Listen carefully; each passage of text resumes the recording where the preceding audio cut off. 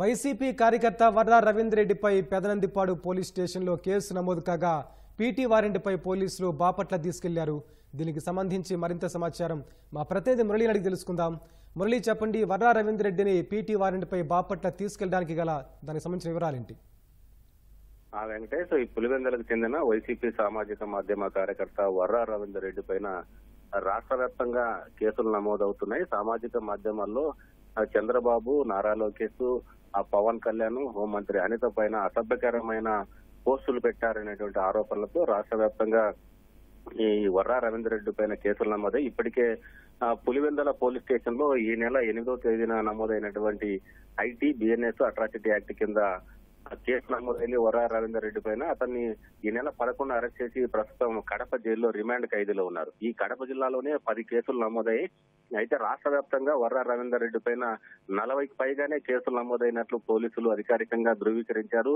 అందులో భాగంగానే వివిధ పోలీస్ స్టేషన్లో వర్రా రవీంద్రెడ్డి పైన నమోదైనటువంటి కేసుల్లో కోర్టులో హాజరుపరచడానికి పీటీ వారెంట్ పైన అతన్ని తీసుకెళ్తున్నారు. ఇవాళ గుంటూరు జిల్లా పెదనందిపాడు పోలీస్ స్టేషన్ లో వర్రా రవీంద్రెడ్డి పైన కేసు నమోదైంది. చంద్రబాబు, లోకేష్, అదేవిధంగా పవన్ కళ్యాణ్ పైన గడిచినటువంటి 5 ఏళ్ల కాలంలో ఇప్పుడు కూటమి ప్రభుత్వం అధికారంలోకి వచ్చిన తర్వాత కూడా వీరిపైన అసభ్యకరమైన పోస్టులు పెట్టడం వల్ల జగన్ విమర్శించి ప్రతి ఒక్కరిపైన ఈ వర్రా రవీంద్రెడ్డి సామాజిక మాధ్యమాల్లో పోస్టులు పెట్టడం ఆనవాయితీగా కొనసాగిస్తున్నారు. అందులో భాగంగానే పెదనందుపాడు మండలానికి చెందినటువంటి వ్యక్తి ఇచ్చినటువంటి ఫిర్యాదు మేరకు వర్రా రవీంద్రెడ్డి పైన ఆ పోలీస్ స్టేషన్ లో కేసు నమోదైంది.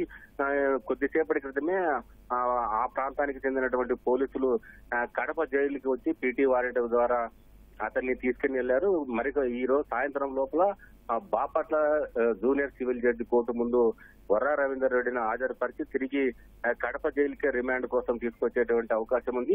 ఇప్పటికే కాకినాడ జిల్లాలో కూడా ఇతని పైన కేసు నమోదైంది. కర్నూలు జిల్లాలో కూడా కేసు నమోదైంది. రాజమండ్రి, మంగళగిరి, విజయవాడ, విశాఖపట్నం ప్రాంతాల్లో కూడా వర్రా రవీంద్రెడ్డి పైన కేసులు నమోదై ఇప్పుడు 2 రోజుల క్రితమే కాకినాడ కోర్టులో కూడా ఆన్లైన్ ద్వారా వీడియో కాన్ఫరెన్స్ ద్వారా వర్రా రవీంద్రెడ్డిని హాజరుపరిచారు. వారం కిందట కర్నూలు జిల్లా పత్తికొండ కోర్టు కూడా తీసుకెళ్లారు. ఇప్పుడు వరుసగా ఆయా రాష్ట్ర వ్యాప్తంగా ఆయా పోలీస్ స్టేషన్ లో నమోదైనటువంటి కేసుల నిమిత్తం పీటీ వారెంట్ పైన వర్రా రవీంద్రెడ్డిని తీసుకెళ్లడానికి పోలీసులు అన్ని ప్రయత్నాలు చేస్తున్నారు. ప్రస్తుతం అయితే పెదనందిపాడులో నమోదైనటువంటి కేసుకు సంబంధించి బాపట్ల కోర్టులో హాజరుపరచడానికి వర్రా రవీంద్రెడ్డిని తీసుకెళ్లారు. ధన్యవాదాలు మురళి.